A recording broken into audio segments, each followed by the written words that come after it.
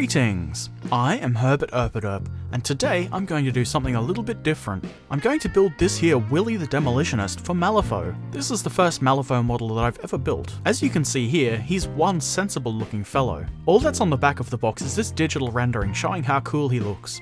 Let's see what's inside the box. There's a stat card, which seems to be obsolete now. I believe the current card can be obtained in an arsenal box. It has a picture of Willy on the front, a whole bunch of special rules and information on the inside, and surprise surprise, stats on the back.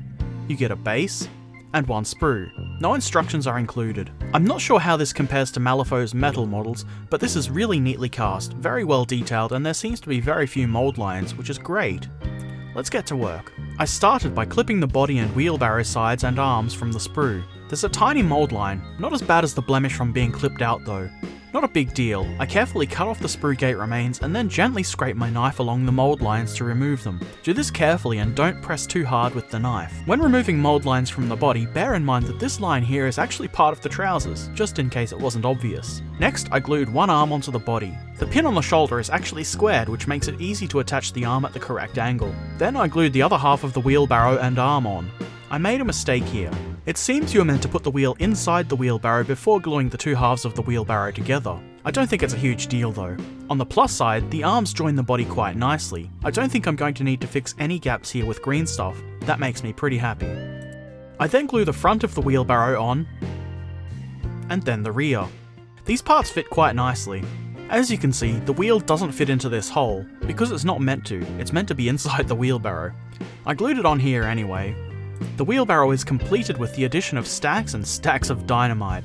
This part also fits really well. Of course, I always test fit each part before gluing. I then glue the backpack on, completely forgetting to focus on the model. There are also a couple of pieces of dynamite to put in the top of the backpack, because a wheelbarrow full of dynamite is just not enough. Now to attach the head. I had to trim the pin part back quite a bit to get the head to fit without having a huge gap in the neck. I glued it in.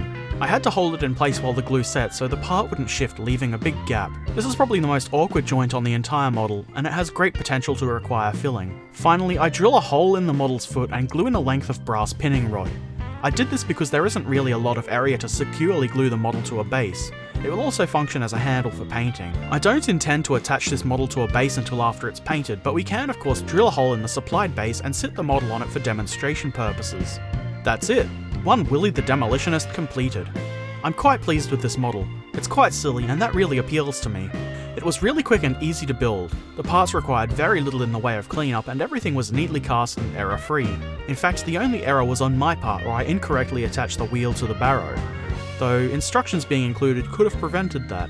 I'm not sure if any instructions are available online. To be fair though, it's a pretty simple build and it's obvious where the parts go, it's just the wheel that wasn't obvious. I think this model will look really awesome once it's painted. Eventually, I will get that done.